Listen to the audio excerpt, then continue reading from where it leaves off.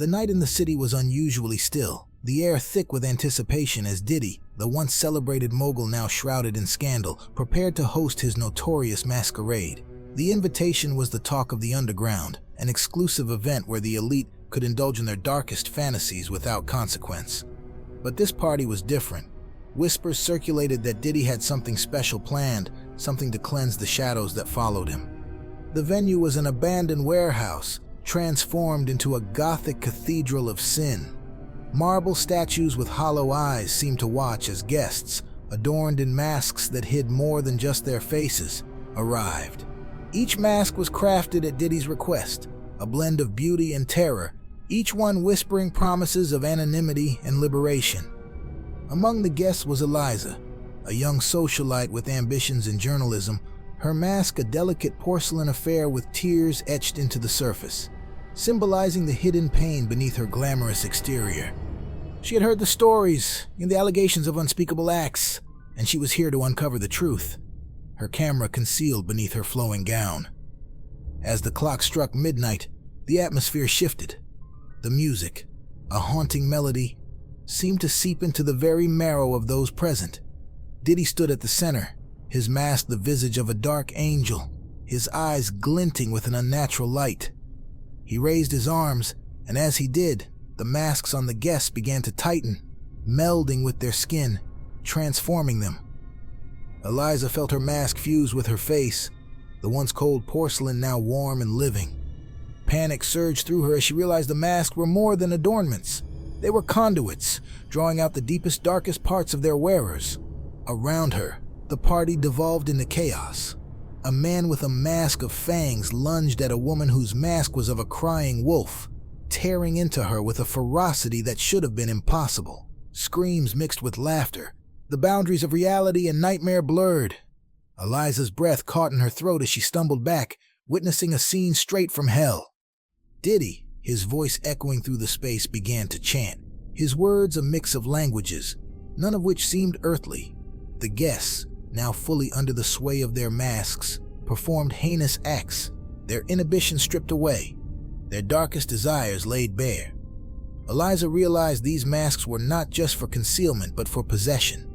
She tried to flee, but the doors were sealed, the windows nothing but painted glass.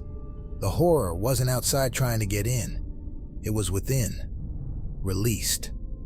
Eliza's mask began to twist her thoughts, her fears morphing into desires she had never acknowledged.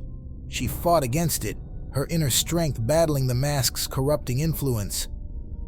"Eliza," a voice hissed in her ear, Diddy's mask now inches from her own.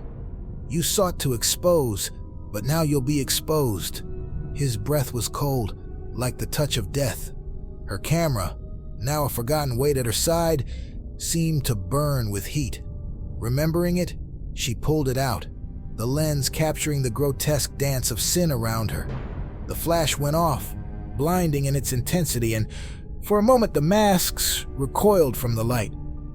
Seizing the moment, Eliza ran, her mask feeling like it was tearing her apart with every step. She found a hidden passage, the wall slick with blood or perhaps paint. She couldn't tell. The corridor led her to a room where the air was thick with the stench of decay. Here, on the walls, were photos, countless photos of parties past. Each attendee's mask still fused to their faces in the images, their eyes hollow, their expressions frozen in eternal horror. She understood then. These weren't just parties, they were rituals, sacrifices to whatever Diddy had become, a collector of souls through sin. Her camera, her weapon of truth, was her only hope. Turning back to the party, she found the room empty, save for Diddy, his mask now off, revealing a face that was not his own, but a composite of all the horrors he had committed. His eyes, void of humanity, locked onto hers.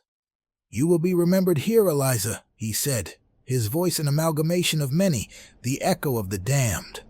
With a defiant scream, she raised her camera once more, capturing his true form in a burst of light. The mask on her face shattered, the pieces falling like tears, and with it, the spell over the mansion weakened. The doors burst open, and the night air rushed in. carrying with it the sounds of sirens, the real world intruding upon the nightmare. The story of Eliza would become a legend, a tale whispered in the dark corners of the city, a warning of the masks we wear and the horrors they might unleash. But for now, she fled into the night. The mask's remnants a chilling reminder of the night's truth. The studio was an echo of its former glory, now a place where the air itself seemed to carry the weight of secrets. Diddy, once a titan of the music industry, now stood at the center of this gothic cathedral of sound, where the walls were lined with gold records and the floor bore the scars of countless sessions. He had invited Mia, a talented but desperate singer, promising her a chance at stardom. But the studio wasn't just for recording music. It was a place where whispers of the past turned into screams. Mia stepped into the studio, her heart a mix of hope and trepidation. The room was dimly lit, save for the eerie glow from the mixing console. Diddy greeted her with that million-dollar smile that seemed to mask something far more sinister. "Welcome to the place where dreams are made," he said, his voice smooth as silk, yet there was an undertone that made Mia's skin crawl. She was led to the booth, where the microphone stood like a sentinel from another world. The soundproofing on the walls was thick, oppressive, muffling everything but the sound of her own breathing. Diddy's instructions were clear. She was to sing a piece written by him, a track titled Echoes of the Fallen, a song that seemed to delve into the abyss of the human soul. As Mia began to sing, her voice filled the studio, but it wasn't just her voice she heard. From the speakers came the distorted, anguished cries of others, blending with her melody, creating a dissonant symphony. The studio's acoustics were feeding off something far more than sound waves. Each note she hit felt like it was being ripped from her, not just from her throat, but from her very essence. Diddy watched from behind the glass, his eyes fixed on her with an intensity that was more predatory than supportive. The music sheet before him was stained with something that looked like dried blood, the lyrics written in a script that seemed to writhe on the page. The song was about power, about taking what you wanted, and the price paid by those who stood in the way. Mia's voice cracked as she felt the air in the booth thicken, the shadows inside the booth beginning to move. Her reflection in the glass showed not just her, but others. Ghostly figures with faces contorted in pain, their mouths open in silent screams. The studio was alive, feeding on the energy of her performance, her fear, her talent. The song required a live performance of terror, and as Mia continued, the studio's dark history unveiled itself. The walls seemed to bleed, the soundproofing panels absorbing not just sound, but the anguish of those who had been here before, their pain fueling the studio's eerie acoustics. Mia realized this place was built on suffering, each track laid down with the blood of the artist's soul. Diddy's voice came over the intercom, urging her to give more, to let go, to embrace the darkness of the song. And as she did, the studio responded. The music swelled with power, but it was a dark power, one that threatened to consume her. With each verse, the studio seemed to tighten around her, the walls closing in, the air growing foul with the scent of decay. In a moment of desperate clarity, Mia understood. This wasn't just a song, it was a ritual, and she was the sacrifice. Her voice was not just her instrument, but her soul being extracted, note by agonizing note. She stopped singing, her voice gone, replaced by a hoarse whisper. Diddy's face darkened through the glass. "You're not done," he said, his voice now not the smooth charm, but the growl of something ancient, something that had been waiting for this moment. Mia reached for the door, but it wouldn't budge, the studio trapping her within its sinister embrace. In her panic, she grabbed the microphone stand, breaking the glass. The sound that followed was not of glass shattering, but of souls being released, a cacophony of screams that drowned out her own. The studio's true nature was revealed. It was a collector of human despair, a place where Diddy, or whatever he had become, fed off the pain of artists. Mia, with her last ounce of strength, managed to escape. The studio's dark energy expelling her as if it had gorged itself enough for the night. She stumbled out into the night, her voice forever changed, carrying within her the echo of the fallen. The studio, now silent, awaited its next victim, the records on the walls whispering of the horrors committed in the name of music. The mansion was a labyrinth of debauchery, its walls painted with sins of the past, and tonight it was hosting what would be known as the ultimate freak-off party. Diddy, the orchestrator of this night's chaos, had ensured that the mansion would be the stage for an event that blurred the lines between reality and nightmare. The guests, a mix of the famous and the infamous, arrived with expectations of indulgence beyond the ordinary. But this was no ordinary night.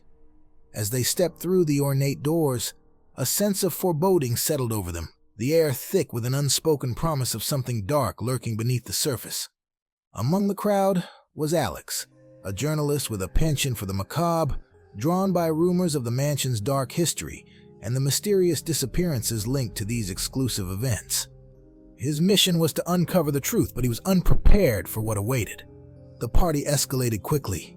The music was a cacophony of beats that seemed to pulse through the very walls.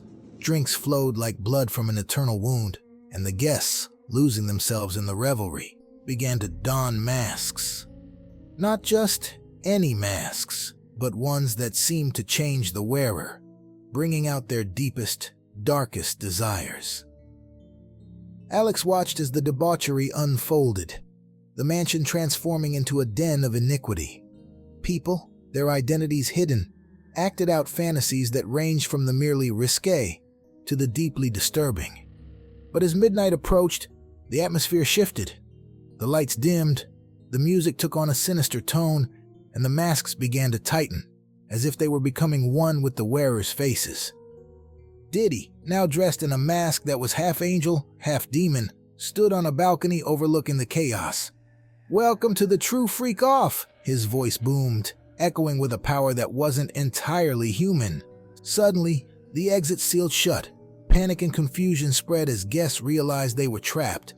Alex felt his mask constricting, his senses heightened, his fear turning into a perverse excitement.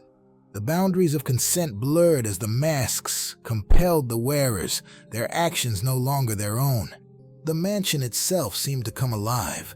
Shadows moved on their own, whispers filled the ears of the guests, promising liberation through indulgence. The masks weren't just for show, they were feeding off the energy, the fear, the lust of the crowd, turning the party into something ritualistic. In a room designed like an ancient temple, Diddy led a select few into what seemed like the heart of the mansion. Here, the air was thick with the scent of incense and something darker, the walls adorned with symbols that pulsed with an eerie light. Here, the freak-off took on a new meaning. The chosen were made to perform acts that went beyond the pale, each action feeding into the mansion's dark energy. Alex, dragged along by an overwhelming compulsion, witnessed horrors that defied explanation. Bodies contorted in unnatural ways, pleasure mixed with pain, and the line between victim and perpetrator blurred until there was no distinction. As the night wore on, the masks became more than just physical. They were reflections of the soul's darkest corners, exposing and amplifying the wearer's deepest sins. Diddy, his mask now glowing with a malevolent light, washed over his creation with a mix of satisfaction and hunger. But something went wrong.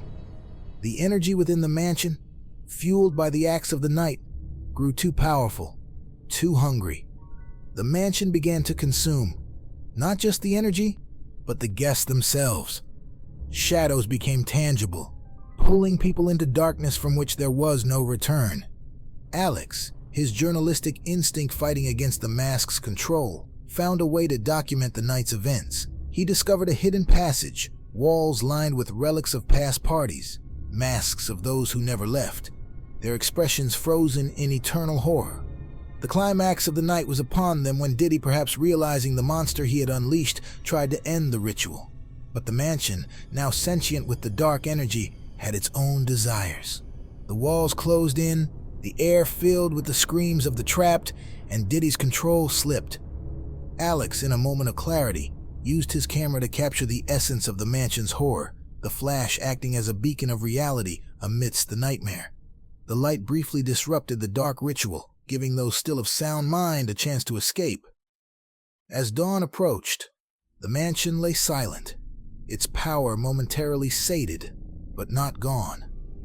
Alex stumbled out, carrying with him the only evidence of the night's true nature, his mind haunted by the sights he had seen. The freak-off had ended, but for those who partook, their masks had left an indelible mark, a reminder of the night when they were no longer themselves.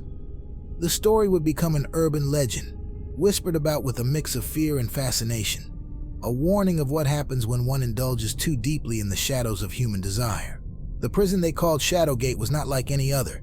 It was said that its walls were built with the bricks of human failings, its bars forged from the chains of guilt. Here, in this place of eternal confinement, Diddy found himself after a trial that had gripped the nation, where accusations of unspeakable acts had finally caught up with him. As the cell door clanged shut, the darkness seemed to swallow him. The walls of his cell were not just cold stone, but seemed to breathe, whispering in voices that reminded him of every scream, every plea that had once echoed in his lavish studios and mansions. Diddy was no longer the untouchable icon. Here, he was just another soul to be judged, but not by human laws. Shadowgate was a place where the inmates were not merely criminals, but personifications of their own sins, and each cell held a different horror. His cellmate was a gaunt figure, eyes hollow, yet they seemed to see right through him. "You're new here," the figure rasped, "but you've been expected." Diddy, his bravado stripped away, tried to maintain his composure. "What do you mean, expected?" The figure grinned, a ghastly sight. "In here, we all face our sins. You'll face yours, and they've been waiting." The night was endless in Shadowgate. Diddy lay on the hard cot, the whispers growing louder, the air thick with dread. Suddenly, the cell door creaked open, and he found himself compelled to step out into a corridor that was not there before. Each cell he passed was a window into a personal hell. One cell held a man who endlessly relived his betrayal, the love of his life dying in his arms over and over. Another revealed a woman whose greed had consumed her. Now, she was surrounded by gold that melted into her skin, burning her with every touch. But Diddy's journey was not to witness others' torments. He was led to a cell at the end of the corridor, unmarked, the door ajar. Inside, the air was frigid, the light flickering from a spectral source. Here, his sins awaited, not as abstract concepts, but as living, vengeful entities. The first was a figure of a young artist, his talent stolen by Diddy's influence, now a wraith with a voice that sang of lost potential. He accused Diddy of not just theft, but of breaking his spirit, his music. Next was a woman, her form shifting between beauty and decay, representing the many he had manipulated for his gain. "You used us," she hissed. "Our bodies, our souls, for your pleasure and power." The cell filled with more figures, each a victim or an enabler, their voices a cacophony of condemnation. They didn't just accuse, they reenacted their suffering, forcing Diddy to watch, to feel the weight of every act of cruelty, every betrayal. The horror wasn't just visual or auditory, it was visceral. The air turned to the scent of fear, the touch of hands that shouldn't exist, the taste of regret on his tongue. Diddy tried to scream, to deny, but his voice was taken, his words turned against him, echoing back his own boasts and lies. In this ultimate judgment, there was no escape. Time lost meaning as each sin played out in excruciating detail. Diddy begged for release, for forgiveness, but the figures only laughed, their laughter a sound that curdled the soul. Then, the cell door opened again, revealing not the corridor, but a vast darkness, an abyss. A voice, deep and ancient, spoke, "Your sentence is not to be confined here, but to be cast into the void where you will carry your sins forever." Diddy was dragged into this darkness, the figures of his sins following, their hands gripping him, pulling him apart as he screamed into the void. The tale of Diddy's descent into Shadowgate became a legend whispered in the halls of justice and the streets of the city. It served as a grim reminder that no one could escape their true nature, that in places like Shadowgate, one's darkest deeds would always come to haunt them, not just in this life, but in whatever lay beyond. The prison was a purgatory where one's sins were not merely punished but became the punisher. The city was alive with whispers of the Combs curse, a sinister tale that had taken root in the collective consciousness following the string of accusations against Diddy. It was said that speaking his name in anger or accusation would summon a darkness, a force that would haunt until the accuser found truth or met their end. Lila, a young journalist with a penchant for uncovering the buried secrets of the rich and famous, had written her latest expose on Diddy. Her words painted a grim picture of the mogul's alleged misdeeds, but as she hit publish, a cold wind seemed to sweep through her apartment, the lights flickering as if the power itself recoiled from her actions. The next morning, Lila woke to find her reflection in the mirror subtly altered. Her eyes held a shadow they hadn't before, and her voice, when she spoke, carried an echo. That was the beginning. The curse had taken hold. Her investigation led her to the fringes of society, to those who had crossed paths with Diddy, and now bore the mark of the curse. Each person she met was plagued by visions, by apparitions that embodied their accusations. These entities weren't just haunting, they were demanding retribution or resolution. The first was a former artist, whose career had been sabotaged by Diddy's influence. His ghost appeared in Lila's dreams, his voice a mix of sorrow and rage, reliving the moment his talent was twisted into something unrecognizable. Each night he'd appear, urging Lila to fight to expose the truth. Then there was the woman who had accused Diddy of assault, her spectral presence materializing at the edge of Lila's vision. She was a constant reminder of the pain and the need for justice. But with her came a dangerous pull towards madness, her ghostly wails echoing through Lila's mind, urging her to act before the curse claimed her sanity. Lila's research led her to an abandoned recording studio, its history intertwined with Diddy's rise to fame. The studio was a mausoleum of music and misery. Here, the air was thick with the essence of those wronged by Diddy, their energy feeding into the curse. The walls vibrated with their silent screams, and in every corner, shadows moved, watching, waiting. As she delved deeper, Lila encountered the spectral form of Diddy himself, not the charming executive, but a figure of darkness, his eyes voids where souls should be. He didn't speak, he didn't need to. His presence alone was a testament to the power of the curse, the embodiment of the collective trauma he had inflicted. The apparitions began to merge, creating a collective entity of vengeance. They whispered to Lila, guiding her through the studio, showing her hidden recordings, contracts signed in blood, and rooms where the unspeakable had been done. Each revelation was a step closer to the heart of the curse, but also a descent into her own personal hell. The curse wasn't just about haunting, it was about transformation. Lila felt herself changing, her desire for truth turning into an obsession, her empathy for the victims morphing into a need to confront Diddy, to make him face what he had done. The line between her journalistic integrity and the curse's influence blurred. In a climactic encounter, Lila faced the spectral Diddy in what was once his office. The room was filled with the echoes of the past, the air thick with the weight of countless stories of abuse. Here, the apparitions rallied around her, their collective will lending her strength. She demanded answers, not just for her article, but for the countless lives affected. The spectral Diddy could not deny the truth in this realm, where lies held no power. With each admission, each apology forced from his ethereal form, the curse weakened. Its hold on Lila and the others began to dissipate. The studio, once a place of dark magic, started to reclaim its silence, its walls no longer breathing with the pain of the past.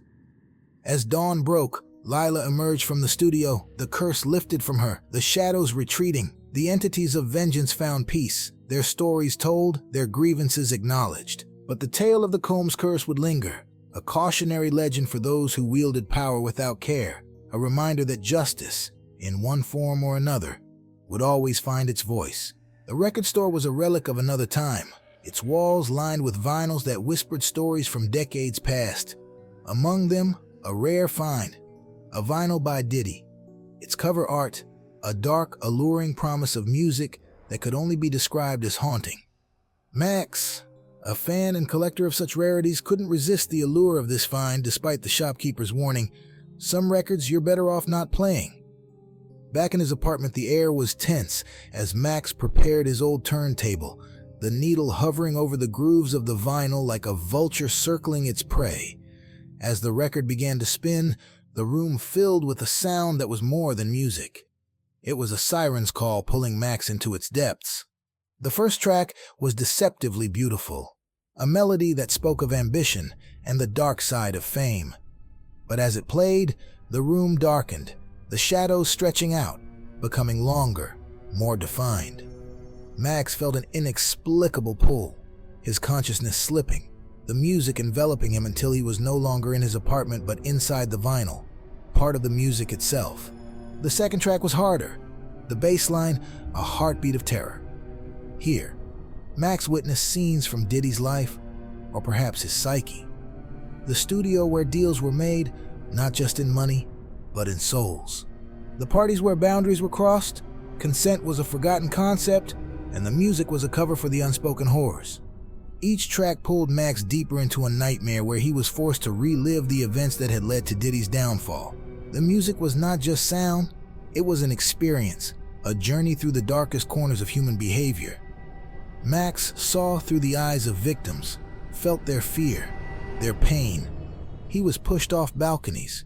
He was coerced into silence. He was the one making devil's bargains. The third track was where the real horror began. The melody was a lament, lyrics whispering of regret, but the underlying rhythm was a march towards damnation. Here, Max wasn't just an observer. He was now part of the story, his own identity blurring with those caught in Diddy's orbit. The vinyl was not just playing music, it was extracting something from him, his life force, his essence, to fuel the narrative. By the fourth track, the music had turned into a cacophony of screams and distorted beats, a soundscape of the mind's breakdown. Max was trapped in a loop, each revolution of the vinyl another cycle of the same horrific events. He tried to stop it, to lift the needle, but his hands passed through the record as if he were nothing more than a ghost.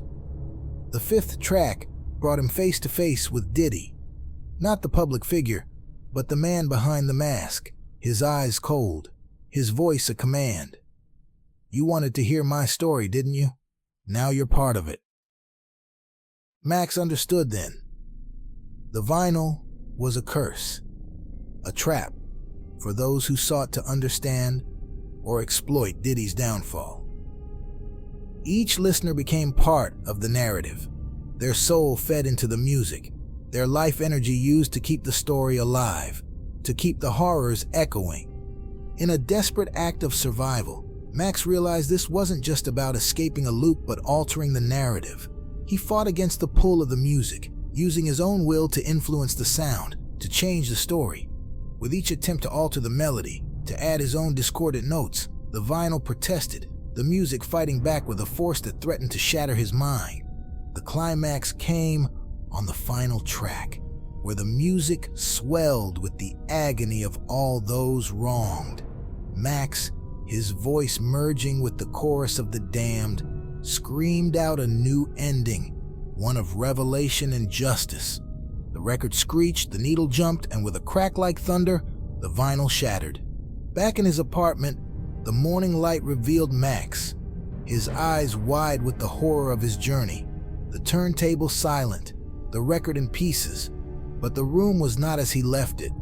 The walls were marked with scratches, as if the shadows had tried to claw their way out, and the air was heavy with the residue of a nightmare not easily forgotten. The story of the cursed vinyl spread, a warning to those who would delve too deeply into the dark allure of fame and power. Max had survived, but he carried with him the echoes of the vinyl, forever changed by the music that had once sought to consume him. The mansion, perched on the edge of the city like a gargoyle watching over its domain, had been purchased by Diddy as a refuge from the storm of allegations that had begun to erode his empire. But this mansion was no sanctuary. It was a place where the walls held secrets, and the air was thick with the unspoken. Diddy hosted a grand opening, inviting the who's who of the industry, promising an evening where the past could be forgotten and the future envisioned in opulence. The mansion was equipped with cutting-edge security, cameras in every room, always recording, never blinking. Among the guests was Erin, a former associate with a score to settle, her camera hidden under her coat, her smile a mask for the turmoil within. She knew the mansion's history, the rumors of it being built over an old asylum where the lines between sanity and madness were thin. She also knew about the cameras, always watching, always recording.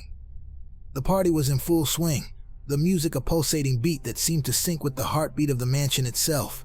Laughter and conversation filled the air, but there was an undercurrent, a tension, as if the mansion was waiting for something. Erin, moving through the crowd, felt eyes on her, not just from the guests but from the cameras, their lenses like unblinking eyes of a predator. As the night deepened, the atmosphere changed. The cameras, once passive observers, began to capture more than just images. Erin noticed the footage on screens around the mansion. It wasn't just the party being recorded, but moments of intimate betrayal, hidden abuses, and dark desires from Diddy's past. Each screen showed a different scene, a montage of his sins. The guests started to change too. As they moved through the rooms, their behavior became more erratic. Secrets whispered under the influence of alcohol, and the mansion's oppressive aura began to surface. Erin watched, her horror growing as she realized the mansion was not just a building, but an entity, feeding off the energy of the night, revealing the truths hidden in the shadows. Diddy, his charm now a facade cracking under the weight of his past, seemed to grow more anxious as the night progressed. The mansion, aware of its owner's trepidation, began to close in. Doors locked themselves, windows sealed shut, and the music twisted into a discordant symphony of despair. Erin, using her camera, documented the chaos. The guests turning on each other or on themselves as their darkest secrets were laid bare. But her camera revealed more. It captured the ghosts of the asylum, patients who had never left, their faces appearing in the footage, their stories intertwined with the mansion's new inhabitants. In a secluded room, Erin found the heart of the mansion's malevolence. Here, screens showed not just the party, but Diddy's life, his rise and fall, every moment of his alleged misdeeds. The room was a shrine to surveillance, to the power of capturing one's darkest moments. Here, the cameras were not just recording, they were judging, punishing.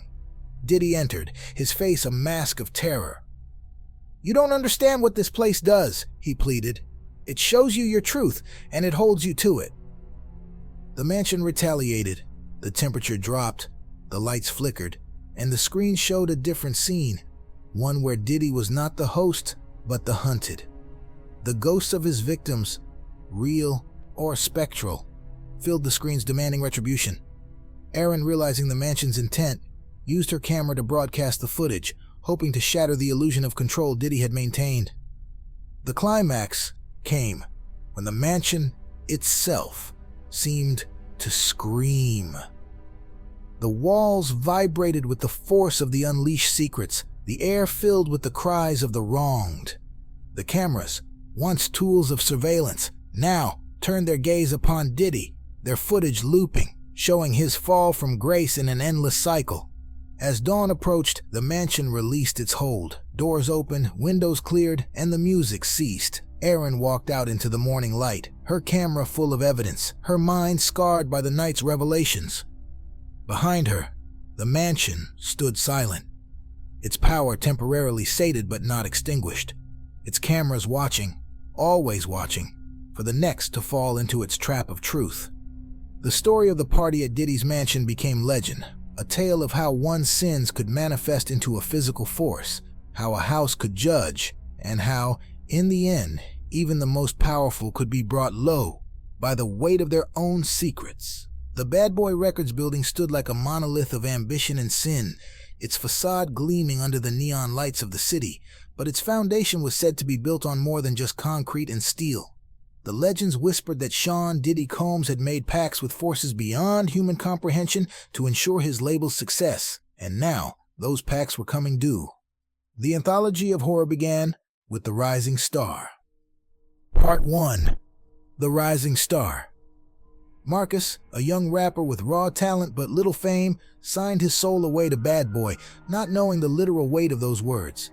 His career soared, his tracks topping charts, but with each success, part of his essence, his identity, was siphoned away. In the solitude of the recording booth, Marcus would catch glimpses of shadowy figures, their whispers urging him to delve deeper into the darkness for inspiration. His music became darker, more intense, and with it, the essence of his soul was being consumed by the label's curse. One night, after recording his darkest track yet, Marcus looked in the mirror to see not his reflection, but an abyss where his eyes should have been. He tried to scream, but his voice was not his own. Now a chorus of all those who had come before him under the Bad Boy label, their talents stolen, their lives a sacrifice to the label's unending hunger. Part 2. The Producer's Price. Jenna, a producer with a vision, stepped into the Bad Boy world with ambition burning in her eyes. She was offered a deal, a chance to produce for the label's top talent, but the contract was written in fine print that glowed with an eerie light. Her success was meteoric, yet with every hit she produced, she felt a part of her creativity, her passion, being extracted. In the mixing room where the magic of music was supposed to happen, Jenna found herself alone with the echoes of screams from past sessions. The mixing board seemed to control her, the sliders moving on their own, the sound warping into something that could only come from the depths of despair.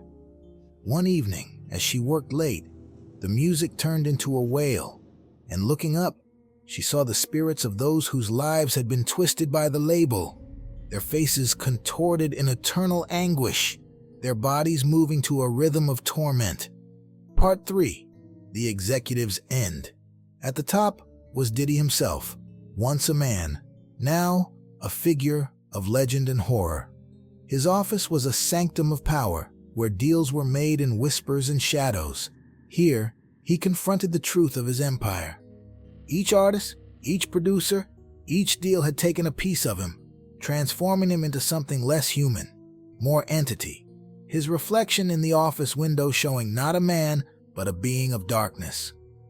One stormy night, as the city echoed with the sound of thunder, Diddy's office filled with the apparitions of all those who had suffered under his label. They surrounded him, their voices a cacophony of blame and sorrow.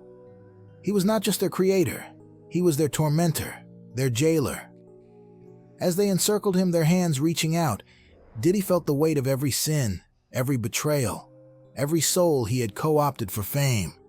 The windows shattered, not from the storm outside, but from the force within, and Diddy was pulled into the void, his empire collapsing around him, the building itself groaning as if in relief, finally free from the curse that had bound it.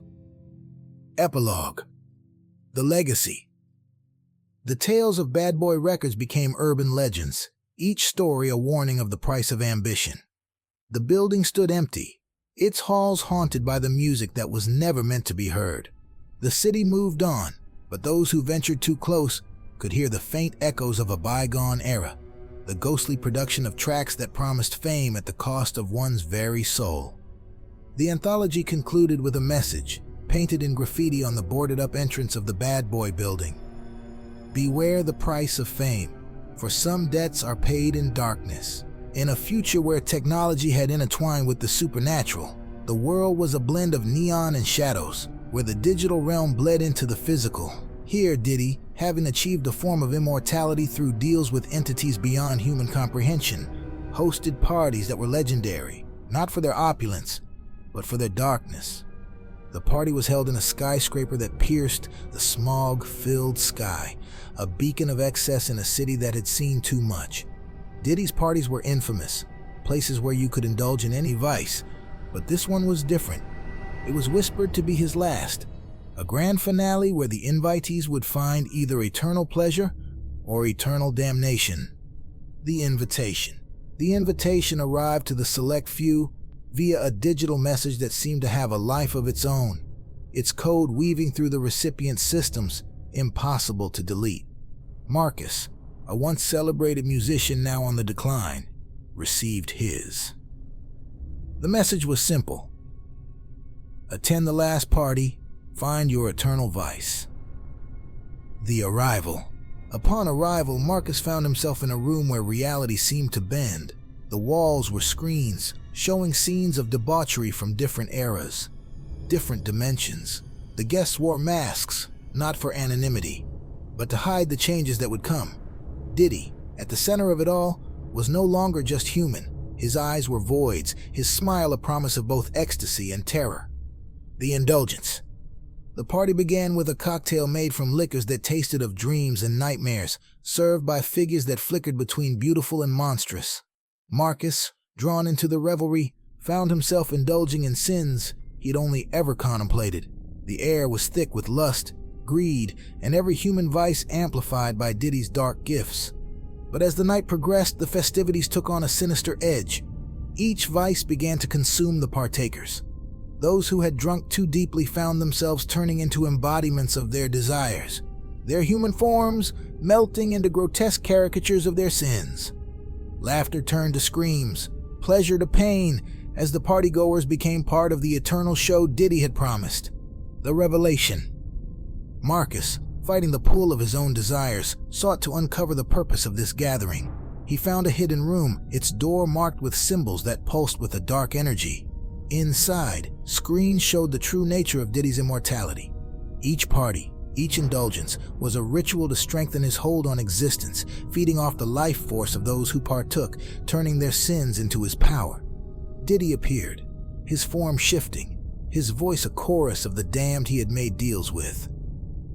You all came for pleasure, but you stay for my eternity, he explained, his words a binding spell.